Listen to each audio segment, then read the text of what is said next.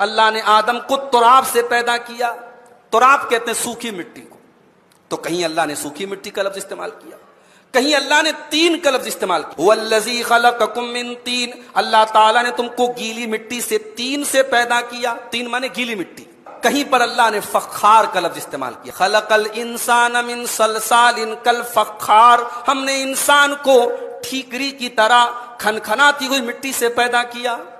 تو ان تمام آیتوں کو جمع کر کے یہ بات سمجھ میں آتی ہے کہ انسان کی تخلیق مٹی سے تو ہوئی, مگر اس مٹی پر کئی پروسیس ہوئے.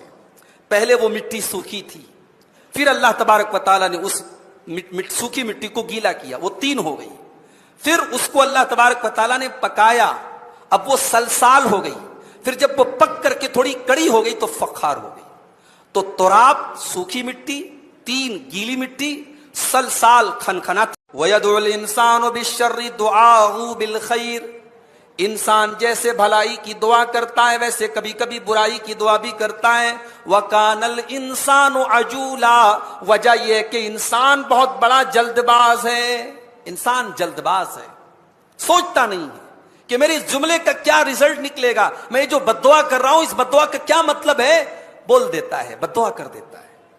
اسی لیے اللہ کے نبی نے سختی سے منع کیا. آپ نے فرمایا اپنے اوپر بد دعا کبھی نہ کیا کرو, اپنی اولاد کے اوپر کبھی بد دعا نہ کیا کرو, اپنے نوکروں کے اوپر کبھی بد دعا نہ کیا کرو. کہیں ایسا نہ ہو کہ جب تم بد دعا کر رہے ہو وہ کوئی قبولیت کی گھڑی ہو اور اللہ تعالیٰ تمہاری بد دعا کو قبول کر لے.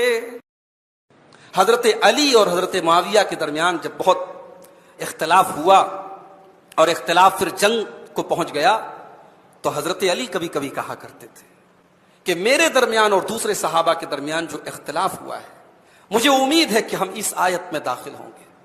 کل قیامت کے دن میں بھی جنت میں جاؤں گا اور طلحہ اور زبیر بھی جنت میں جائیں گے جن سے ہماری جنگ ہوئی ہے, اور اللہ تبارک و تعالی ہمارے دلوں میں ایک دوسرے کے خلاف جو غلط فہمی ہے وہ نکال دے گا. یہ حضرت علی کا کہنا تھا. کتنے ظالم ہیں وہ لوگ جو آج صحابہ کرام کے آپس کے اختلافات کو اچھالتے ہیں اور ان اختلافات کی بنیاد پر کبھی حضرت طلحہ کو برا بھلا کہتے ہیں, کبھی حضرت زبیر کو برا بھلا کہتے ہیں, کبھی حضرت عائشہ کو برا بھلا کہتے ہیں.